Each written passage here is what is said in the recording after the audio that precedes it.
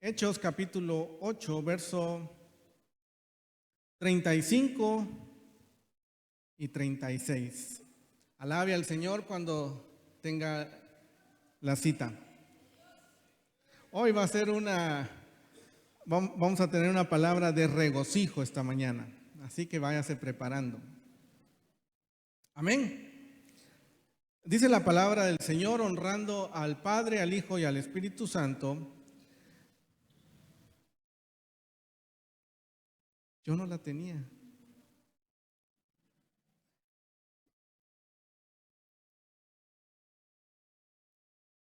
Usted sí la tiene, yo no la tengo. Mire.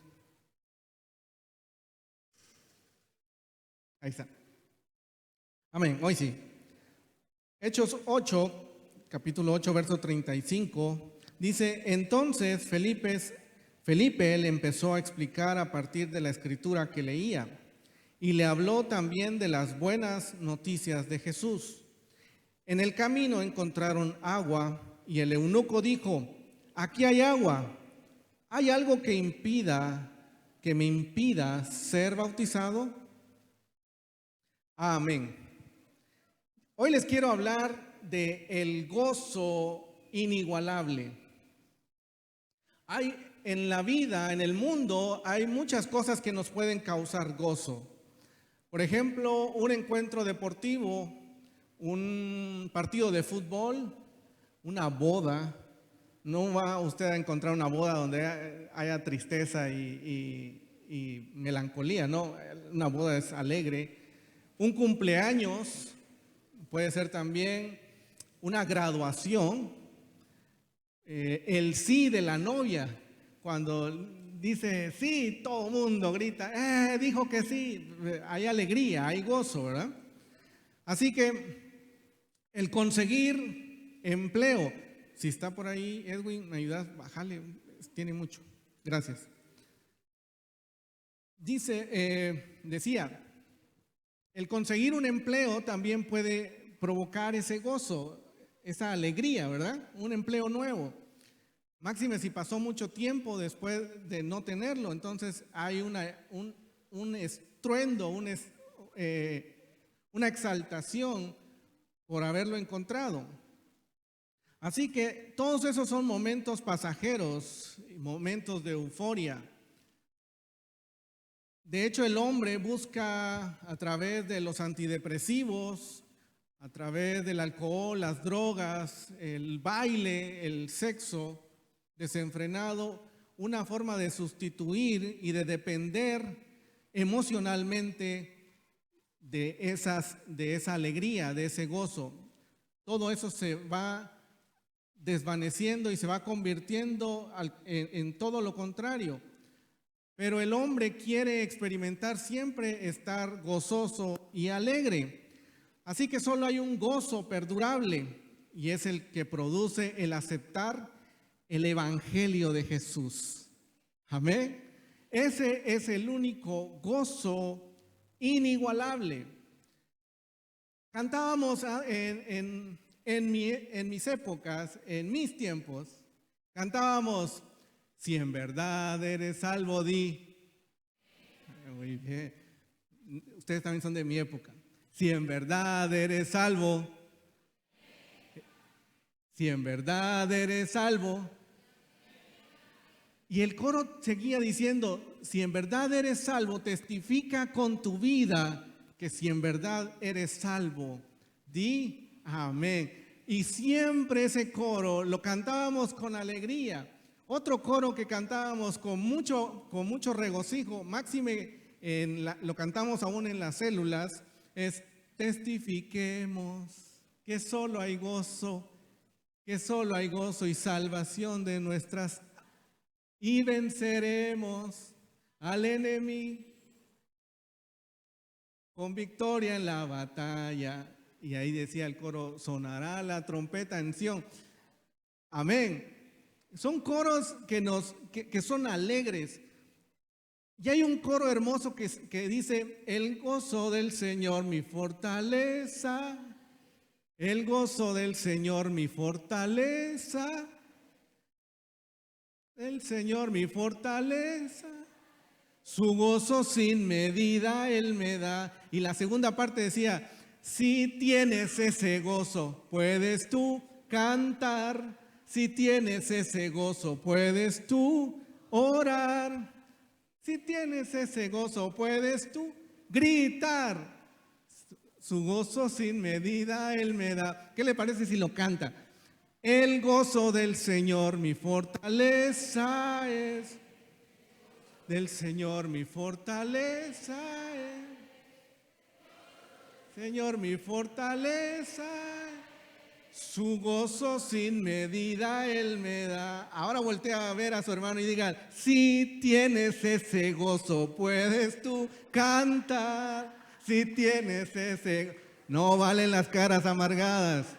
Si tienes ese gozo, puedes tú gritar. Su gozo sin medida. Como niños, hermanos, si tienes ese gozo, puedes tú. Si tienes ese gozo, puedes tú orar. Si tienes ese gozo, puedes tú gritar. Su gozo sin medida Él me da. Amén. Dele un fuerte aplauso al Señor. Ahora, ¿por qué es un gozo inigualable? Porque es un gozo que no es circunstancial.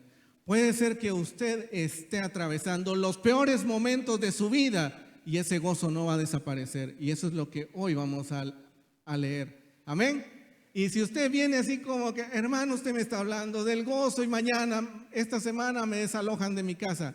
Escuche lo que tiene la palabra del Señor este día. Amén. Ponga atención. Leímos esta semana en nuestra lectura devocional 3 acontecimientos o 3 grupos a los cuales se les predicó. Así que en estos 3 grupos vemos que existe el grupo religioso, el grupo de los ventajosos y el grupo de los necesitados. Gracias. Ay. Tuvieron compasión de mí. De por sí hay calor y ya estaba sudando más. Amén. Entonces les decía, habían 3 grupos a los que en esta semana vimos la predicación del Evangelio. El mensaje a los religiosos. Esta es una fe rechazada. A los ventajosos, aquellos que tienen una fe no genuina. Y a los necesitados, los que tienen una fe genuina. Entonces vamos a ver estos 3 grupos. En el primer grupo vemos a los religiosos y el día jueves en el mensaje, nuestro hermano nos compartió acerca de Esteban. El capítulo 6 nos narra que a causa de la expansión del Evangelio tuvieron que reclutar a 7 diáconos o a 7 servidores que estaban ungidos, tenían la llenura del Espíritu Santo. Y así que estos 7 diáconos resaltan 2, Esteban y Felipe. Pero Esteban dice la Escritura que estaba lleno del Espíritu Santo, estaba lleno de sabiduría y lleno de amor. Por eso es que el evangelista Lucas lo describe aquí con lujo de detalles, su muerte. Fíjese que ningún apóstol o mártir se describe tan gráficamente su muerte como la de Esteban. Así que Esteban es un referente a la convicción de un evangelio no circunstancial. ¿Qué hace Esteban? Predica la palabra del Señor, predica a Jesús resucitado, habla del Mesías, de Jesús, y se le vinieron encima algunos de las sinagogas, los libertos de Cilicia, de Alejandría, y debatieron con él, pero no pudieron. De hecho, se enojaron tanto que tuvieron que llamar a testigos falsos para que vinieran y lo apresaran para llevárselo al concilio. En el concilio estaba el Sanedrín y estaban el grupo de ancianos y estaban los escribas. En este grupo escucharon el relato que Esteban dio. Le preguntaron, ¿es cierto todo lo que nos dicen acerca de lo que estás diciendo? Y Esteban, en lugar de defenderse para salir ileso, defiende lo que predica. ¡Qué maravilloso! Y hace ¿cómo se puede decir? Un récord histórico. Hace un recordatorio desde Abraham hasta Moisés, diciéndoles a los del concilio, desde el principio de los tiempos, Dios ha querido entablar una relación con su pueblo, pero ustedes le rechazan. Ustedes siempre le han desobedecido a la ley que tanto profesan tener. Así que ellos escucharon el relato de Abraham, de Jacob, de Isaac, de Jacob, cómo los patriarcas expulsan o venden a su hermano José, cómo no identifican a José cuando está en Egipto. Y eso es un detalle eso es un detalle mesiánico, muy importante, porque cuando José, la primera vez que ya siendo un emperador, siendo el segundo en Egipto, sus hermanos van a pedirle alimento, van a Egipto a comprar alimento porque se había escaseado en su tierra. Y no le reconocieron la primera vez, le reconocieron hasta la segunda vez. Así que les habla de que su propia sangre, sus propios hermanos habían vendido y habían rechazado, no le habían reconocido a su hermano José.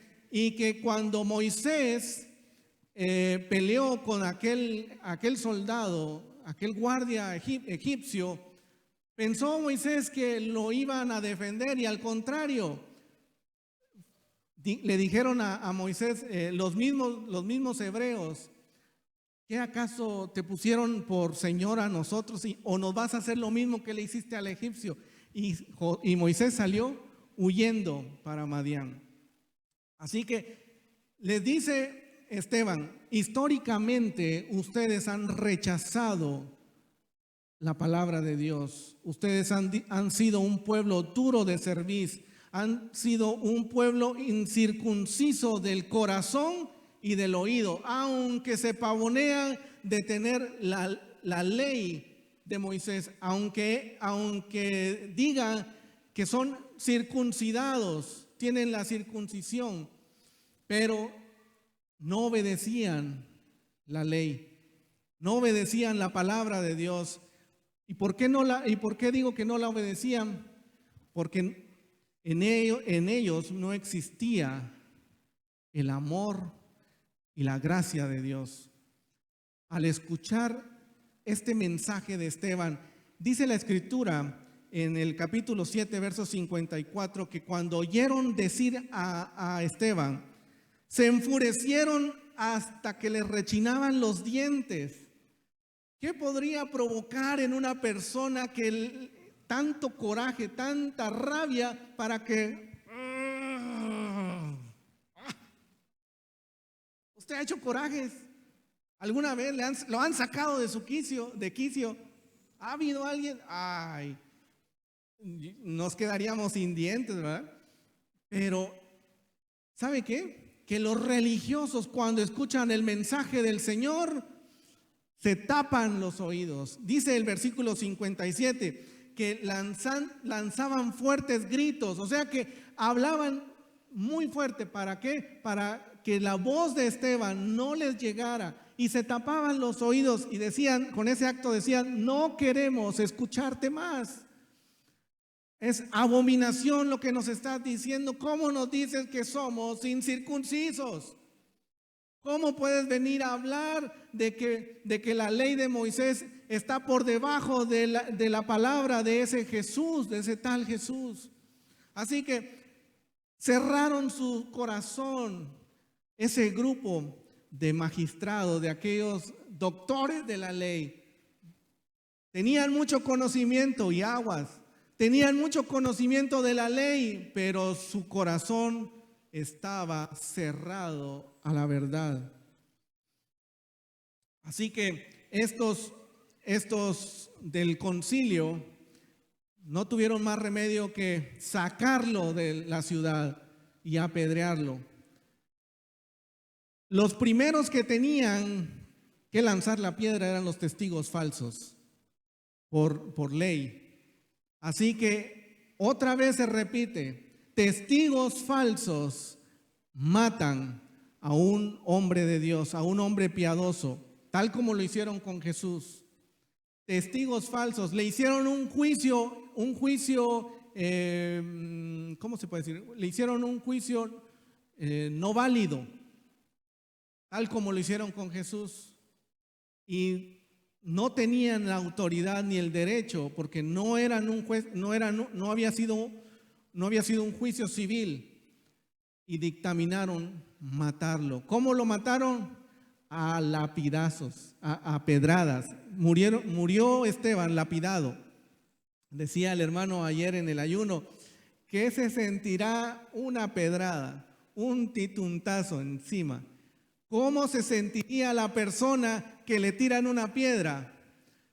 Hermano, si nos tiran una piedra, seguramente nos darían ganas de devolverla con otra, ¿verdad? Esa es nuestra humanidad. ¿Qué hizo Esteban? Se hincó y dijo, Dios, te pido que no les tomes en cuenta ese pecado.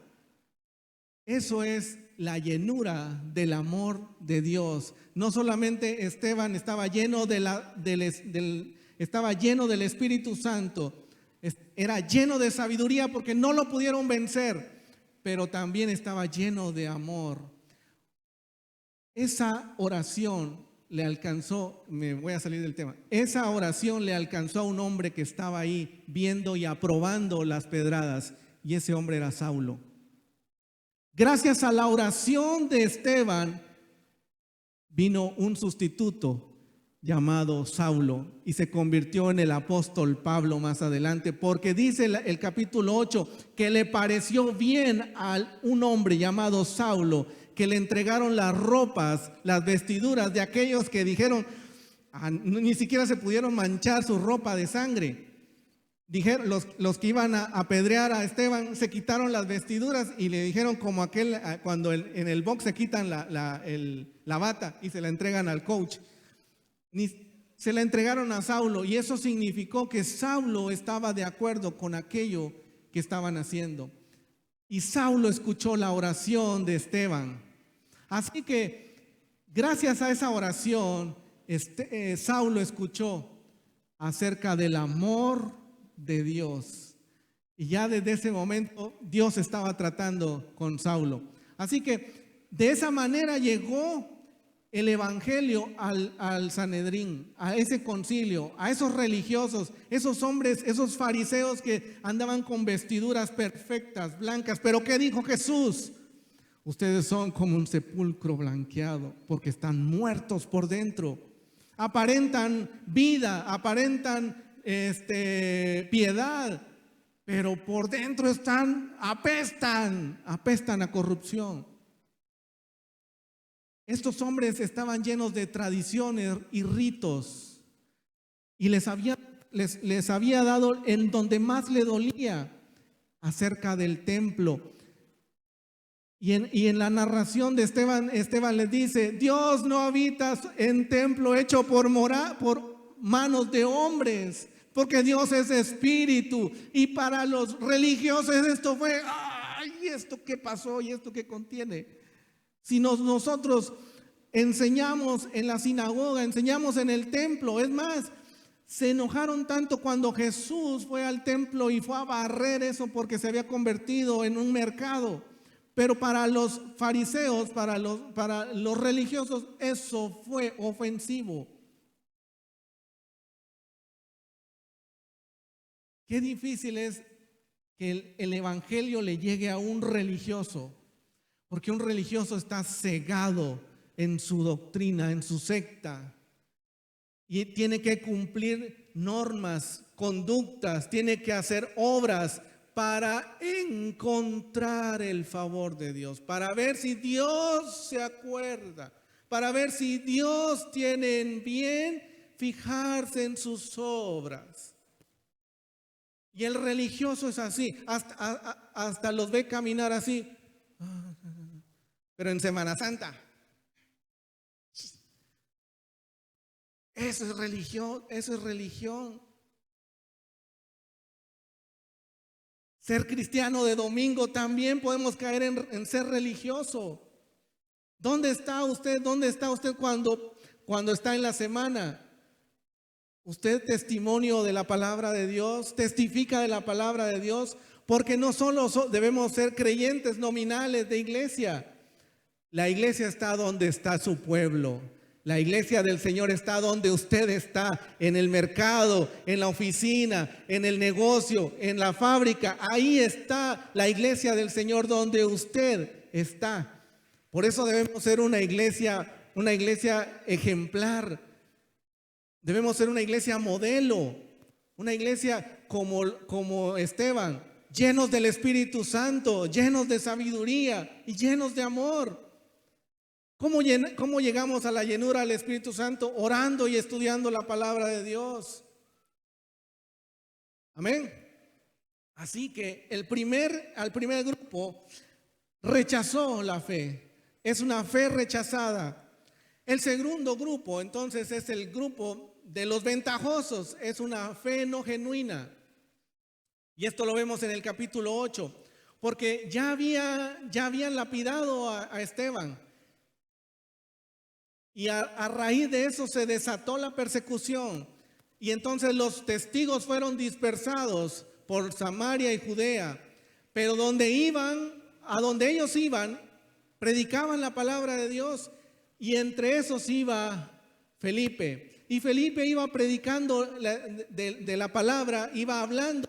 Y la gente se iba convirtiendo. ¿Por qué? Porque habían maravillas, habían milagros, prodigios. Los enfermos sanaban, los cojos caminaban, los ciegos veían, los endemoniados eran libres de los espíritus. Así que todo el mundo se maravillaba de lo que Felipe hablaba, de lo que Felipe predicaba. Y le llamó la atención a un hombre llamado Simón. Eso está en el capítulo 8, verso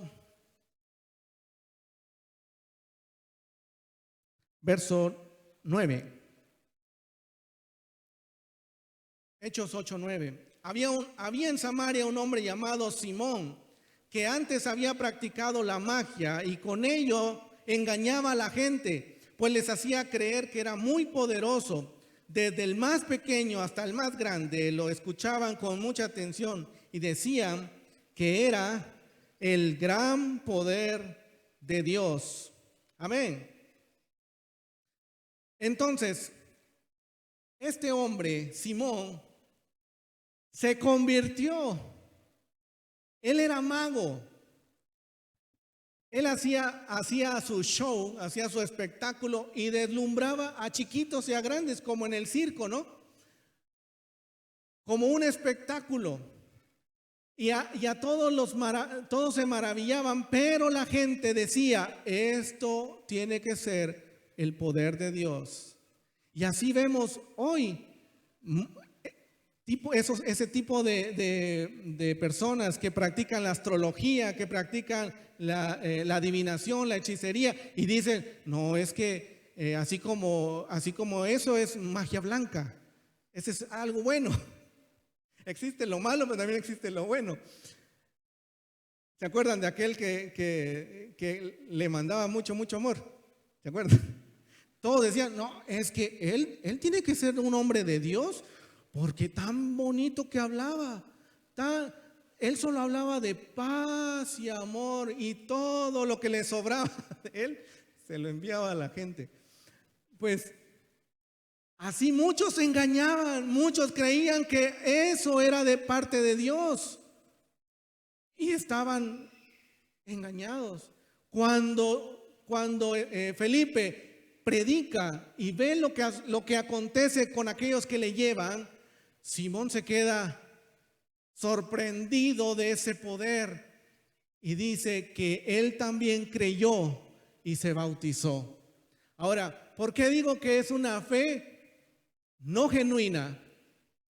Porque cuando Pedro y Juan llegaron, ellos vieron que el evangelio en Samaria fue bien recibido.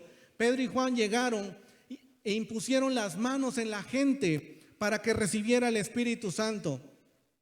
La gente solo se había convertido y había descendido a las aguas del bautismo, pero no habían recibido el Espíritu Santo. Entonces, cuando vino Pedro y Juan y pone las manos en la gente empezó a hablar nuevas lenguas, empezó a brincar, empezó a hacer ruido, a hacer escándalo.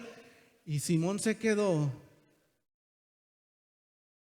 impactado. Este poder es más grande del que yo tengo. Yo quiero de ese. ¿Cuánto vale? ¿Cuánto por el poder que tiene, porque el que tienen ustedes? Por eso es una fe no genuina, porque son ese tipo de creyentes que aunque se convirtieron, andan detrás de lo sobrenatural. Esta es una fe no genuina. Allá en la Maya o allá por allá hay un hermano, hay una hermana que él sí tiene el poder de Dios. Vamos allá. ¿Y usted? Allá en ese monte que está negro, allá está el poder de Dios. ¿Y su casa? Andan buscando lo sobrenatural. Buscan solamente sensaciones esotéricas, sobrenaturales, sentir algo que los haga llorar, que los saque de su ser. Solo vivir esas experiencias, pero no son cristianos genuinos, no son creyentes genuinos. Poquito faltó para que blasfemaran contra el Espíritu Santo, porque Pedro y Juan les dice: tú con tu dinero perecerás, toma tu dinero y tú también perecerás.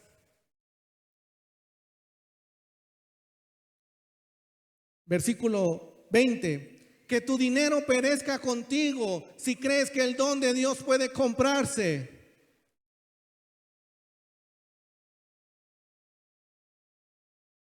Vete, prácticamente le dijeron: vete al infierno tú y tu dinero, porque tu corazón no es recto delante de Dios.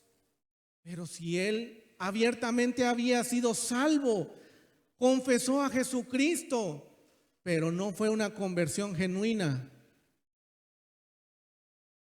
Vea, yo recuerdo que hace unos años estaba en un evento y coincidí con un colega que me dijo: llevamos un bus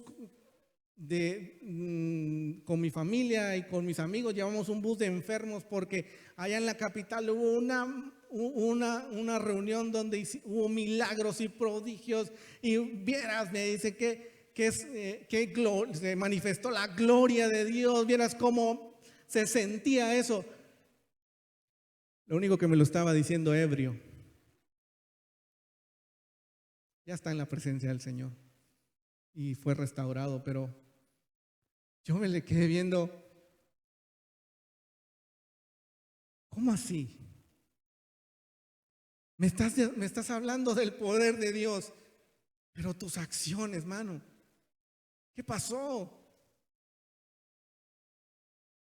Es que la semilla muchas veces cae en piedra, cae donde la semilla cae donde en el camino y es machucada. Y en Lucas capítulo 8:13 dice que donde la semilla cae en piedra son los que, habiendo oído, reciben la palabra con gozo, pero estos no tienen raíces, creen por algún tiempo y en el tiempo de la prueba se apartan. Ay, ay, ay. Por eso les dije que el gozo del Señor no es circunstancial. Ay, porque se nos vino encima el mundo, entonces estoy triste, entonces el Señor no me quiere, el Señor no se acuerda de mí, solo se acuerda del pastor, pero de mí no. Dice Apocalipsis 3:16, por cuanto eres tibio, porque no eres ni caliente ni frío, yo te vomitaré de mi boca. Esto es muy fuerte. No eres ni de aquí ni de allá como la India María. No sabe, no tiene identidad. Un día está aquí, pero en Semana Santa se desaparece. Hermano, en Navidad no me tome en cuenta en la célula, porque viene mi familia y vienen las carreras y viene la feria. Ay, no, mejor no me tome en cuenta en diciembre, hermano. Circunstanciales. Ouch. Hasta a mí me dolió. Simón estaba maravillado por los milagros, así como muchas personas en Samaria estaban maravilladas por las señales que hacía Felipe. Simplemente eran creyentes espectadores. Y de esos hermanos, creyentes espectadores, solo están a la expectativa. No se meten, no se involucran, de lejitos. Es porque es una gran responsabilidad. No, yo creo, no, yo comparto, pero hasta ahí nomás. Si hay que orar por alguien, llamemos al líder, al coordinador. Si hay un cumpleaños, hermano, mi familia es más importante que Dios. Son espectadores. Así que esa es una fe no genuina. Ya vimos a la fe rechazada, que son los religiosos. La fe no genuina son estos que son aprovechados, que quieren sacar ventaja de la iglesia, que quieren sacar ventaja de la congregación, de la iglesia. Buscan solamente su beneficio. Y de esto también hay muchos líderes, pastores. No solamente el pueblo, también nosotros. Así que la fe rechazada fueron los religiosos. La fe no genuina fueron estos que sacan ventaja, que quieren comprar la salvación, que quieren comprar los dones del Espíritu, que quieren comprar la sanidad. Pero están los necesitados como el etíope, aquellos que tienen la fe genuina. Y vamos al versículo 26 del capítulo 8. Felipe, movido por el ángel, le dice que vaya entre Samaria, que vaya entre Jerusalén y Gaza, un camino desértico, y que se vaya al camino que conduce a Samaria.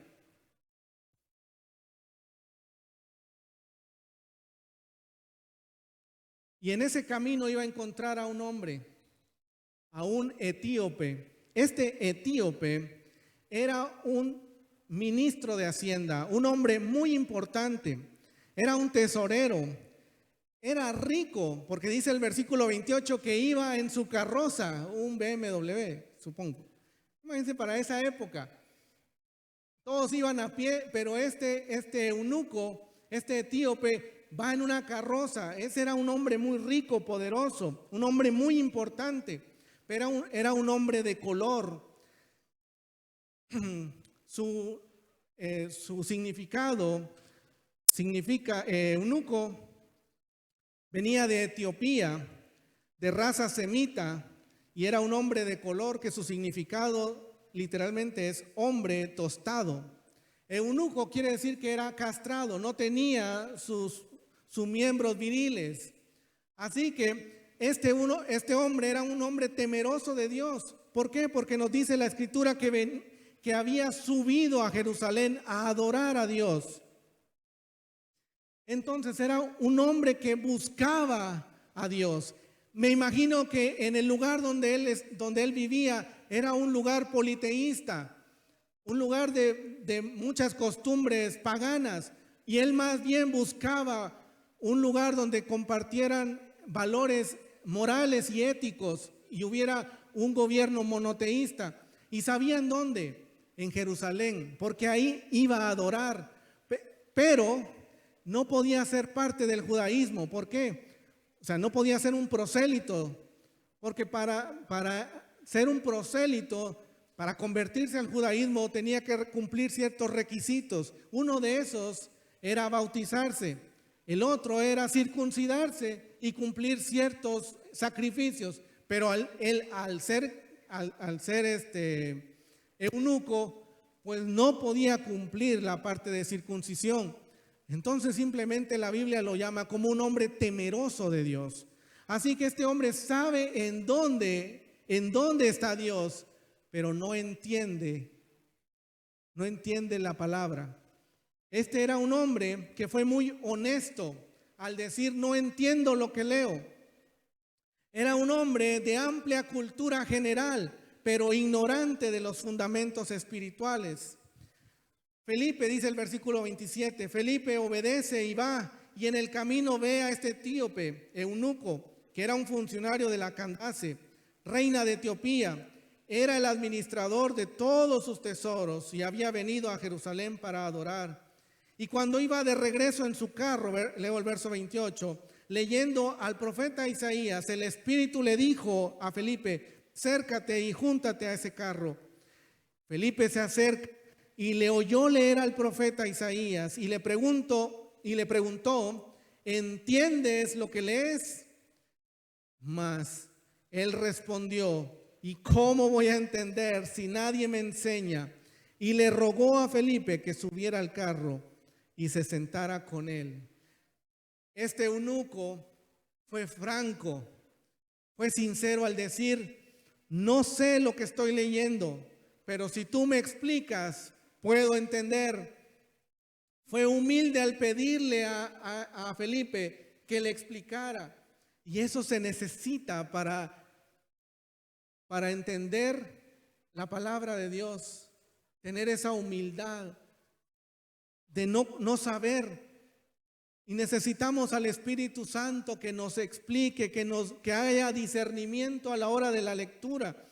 Así que no solamente este hombre recibe la explicación del Evangelio, sino que también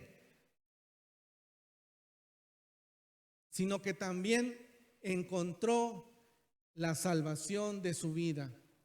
Cuando lee el profeta Isaías, él se da cuenta que no sabe nada de las Escrituras. Y Felipe parte de ese punto para explicarle: Jesús vino, nació de forma virginal, nació y creció en Belén, se bautizó y cumplió el ministerio por 3 años. Fue expulsado de su propia nación. Fue humillado, mutilado, ofendido, fue crucificado en una cruz, pero al tercer día resucitó. Y ese Jesús es el que te predico. No te estoy predicando, no te estoy diciendo de un tal Dios, de un hombre cuyos restos están en una tumba. Mi Señor está en los cielos. Mi Señor está a la diestra del Padre, intercediendo por aquellos que le conocen. Tal como Esteban lo vio al momento de morir. Vio a Jesús. Se abrieron los cielos y él ve a Jesús sentado a la diestra del Padre. Cuando el creyente está lleno de la presencia de Dios, cuando el creyente está lleno del Espíritu Santo, sus ojos no están puestos en el problema, están puestos en el cielo. Y no ve la dificultad, ve lo hermoso y lo santo, lo glorioso que nos espera a nosotros. Así que aquel hombre se convence y le dice, era un camino desértico, y encuentran agua y le dice: aquí hay agua. ¿Qué aquí hay agua, ¿qué debo hacer? ¿O qué puedo hacer yo para que me bautices? Versículo 36. Encontraron agua y el eunuco dijo, aquí hay agua. ¿Hay algo que me impida ser bautizado? ¿Qué me impide? Inmediatamente le va y desciende a las aguas del bautismo como señal de que había creído en Jesús. Así que dice Juan 5:39, escudriñad las escrituras porque a vosotros os parece que en ellas tenéis la vida eterna y ellas son las que dan testimonio de mí. Escudriñad las escrituras porque en ellas tenéis la vida eterna. En ellas dan testimonio del Señor Jesús como nuestro Señor y Salvador de nuestra vida. Lo que Dios mira y recibe es un corazón quebrantado y humilde que acepta con gratitud el regalo inmerecido de la salvación y se somete con el gozo, el señorío de Cristo. Muchos nos regocijamos de que los enfermos sanan, de que los endemoniados son libres. Pero dice Lucas 10:20, regocíjense porque su nombre esté escrito.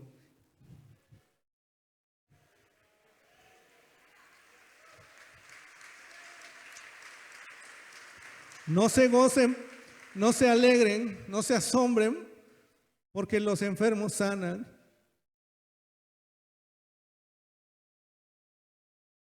Por las obras y maravillas. Gócense en que sus nombres estén escritos en el libro de la vida.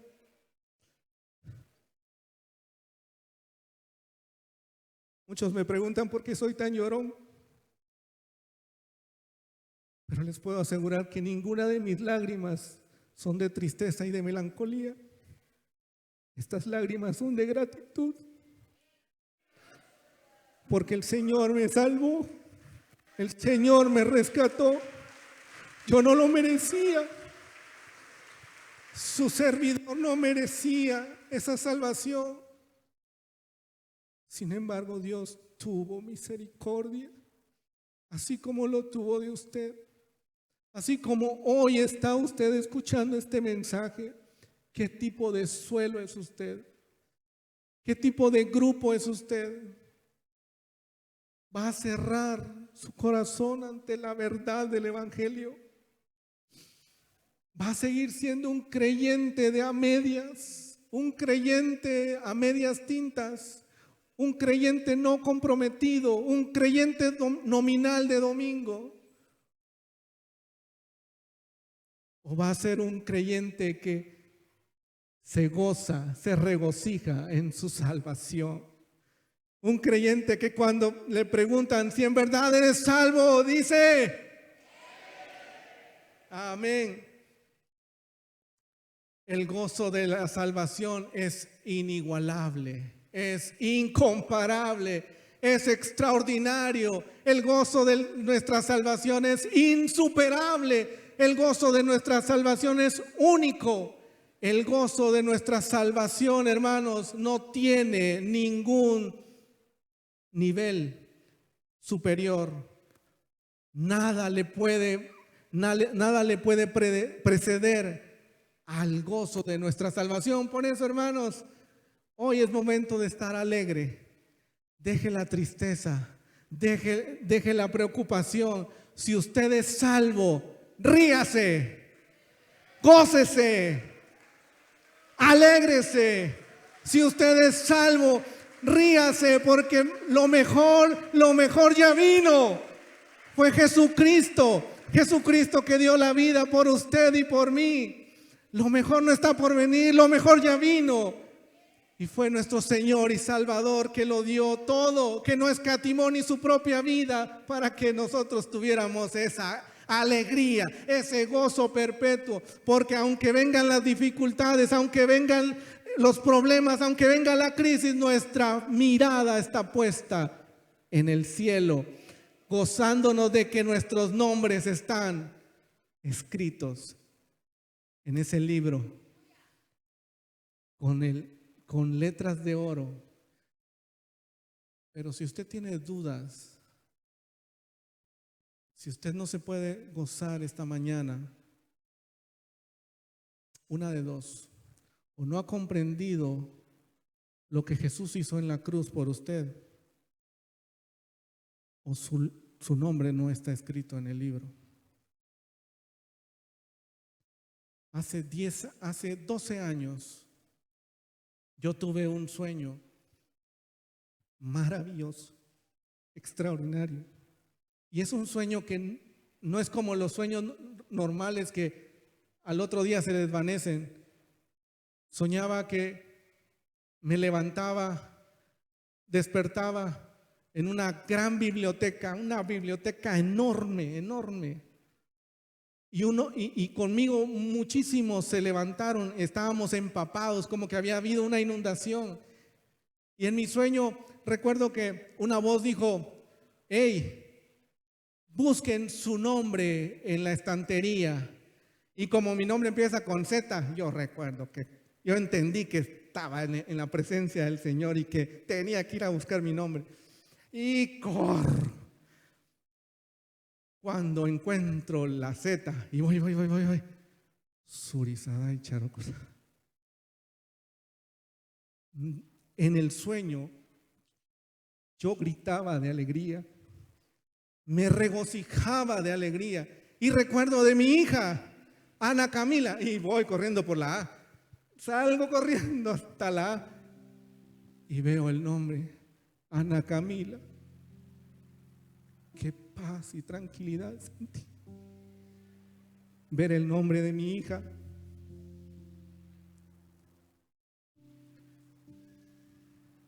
Si hay algo que no me quita el sueño, es que mis hijos son del Señor, mi familia es del Señor, mi esposa le pertenece al Señor. Ahora mi pelea es por usted, por ese remanente, por esa ciudad que desconocen de esta verdad. Pero yo ya sé que mi familia está apartada, mi familia ya está escrita en el libro de la vida. Por eso cuido mucho lo que ven mis hijos, por eso cuido mucho lo que oyen, porque este momento que estamos viviendo es un momento trascendental en la historia.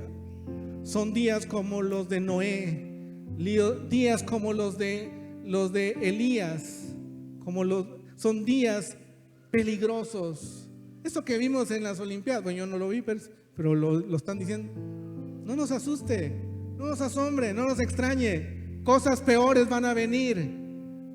Pero usted siga bailando en TikTok. Usted siga desperdiciando su vida en las redes. Lo estoy diciendo de forma irónica. Ocúpese de su salvación, hermano, hermana. Ocupémonos de nuestra salvación. Si usted ya es salvo, si usted está seguro que su nombre está escrito en el libro de la vida, entonces empiece a clamar por su familia, empiece a clamar por sus hijos, por su cónyuge, empiece a clamar por sus tíos, por sus padres, por sus abuelos. Y después de que ellos hayan aceptado, se hayan convertido, entonces empiece a clamar por sus amigos, por sus vecinos, para que todo mundo escuche el mensaje del Evangelio, porque solo en Jesús hay salvación y vida eterna.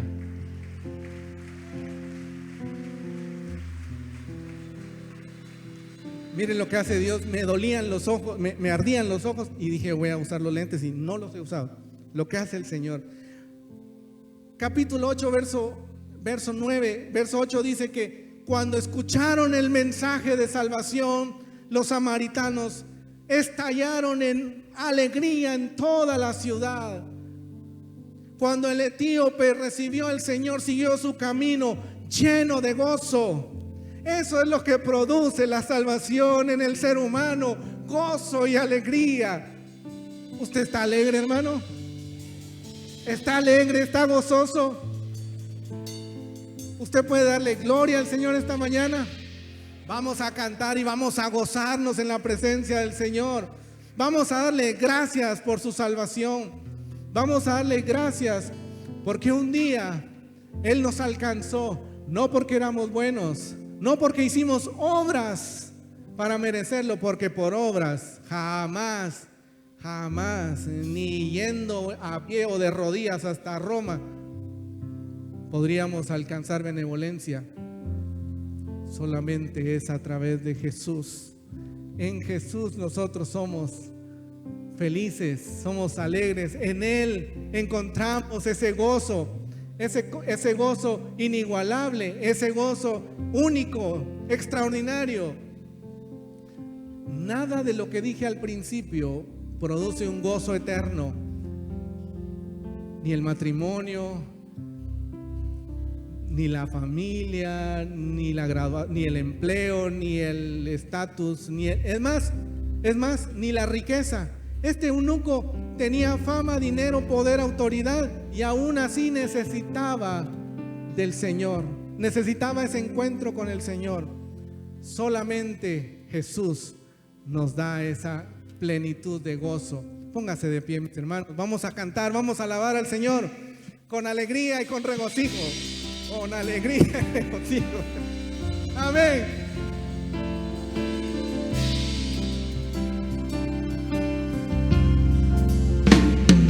Te adoramos, Señor Jesús. Hoy vamos a confesar